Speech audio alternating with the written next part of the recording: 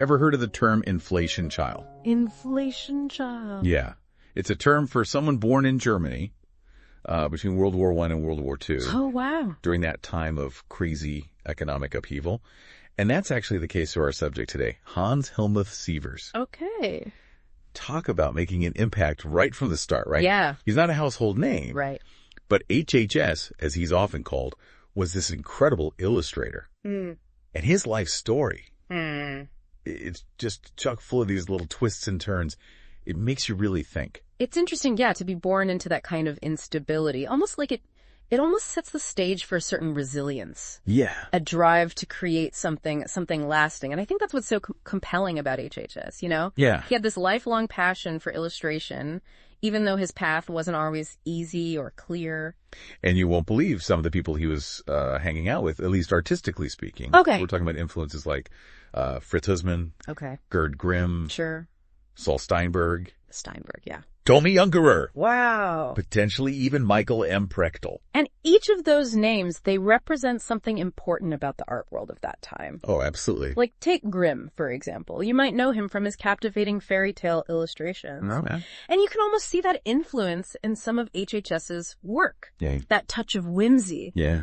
But often with a darker, more satirical edge. It's like he took that whimsical style and then, put his own unique kind of twist on it. Precisely. Like he was building on that tradition. Yeah. And then there's Steinberg, right? Yeah. His cartoons in The New Yorker were iconic. Very simple lines. But with this incredible wit and social commentary kind of woven in, it makes you wonder, was HHS drawn to that ability to say so much with so little? Wow. Steinberg, Grimm, Ungerer. Yeah. That's quite a mix of influences. It's a lot to unpack, right? Yeah, it really is. It gets even more interesting when you factor in someone like Alois Carnegie.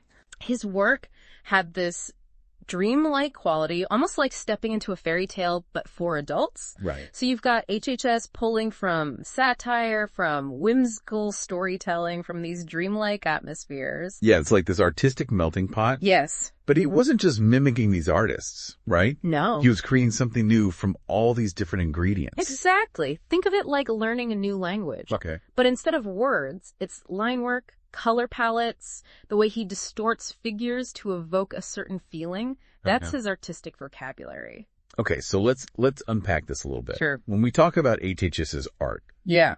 we use this term figurative depictions. Right. What does that mean? So he wasn't just throwing paint at a canvas, right? Right. He was creating these recognizable shapes, almost like characters in a play, Okay. but with this underlying... A sense of mystery, maybe? Yes. Like, you're not always sure what's going on, but you're drawn in. And that's where his upbringing near a crematorium in Hamburg really makes you wonder.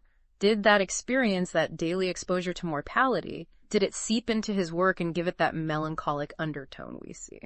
So we've got to talk about this ROPS comparison. Yes. Because it feels like a huge clue to understanding HHS's own artistic identity. Art critic Hans Leip Right. said that his work was similar to both Grosz Okay. and Félicien ROPS. Now, if you're not familiar with ROPS, he was known for his, shall we say, provocative art. Lots of eroticism, pushing boundaries, definitely scandalous for the time. But HHS disagreed with this comparison. Why? What do you think? It's such an intriguing detail, right? Because it forces us to ask, what did HHS see in his own work Right. that made him want to distance himself from that kind of label? Was it the subject matter? Was he uncomfortable with the overtly sexual nature of Rox's work? Right. Or maybe it was more about the style, the techniques used. We know HHS was drawn to these contrasting styles, but he was also very deliberate in his technique. Maybe he felt Rops was too chaotic, too unrestrained. Or maybe it was the social climate at the time.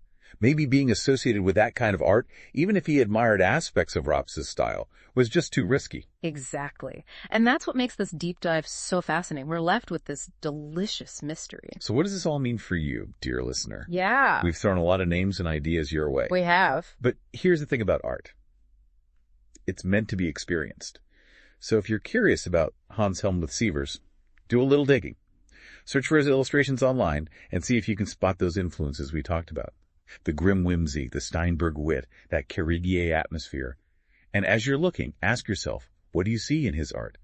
What kind of artist do you think he was? Beyond the comparisons, beyond the labels. That's the beauty of a deep dive like this. It's just the beginning of your own exploration.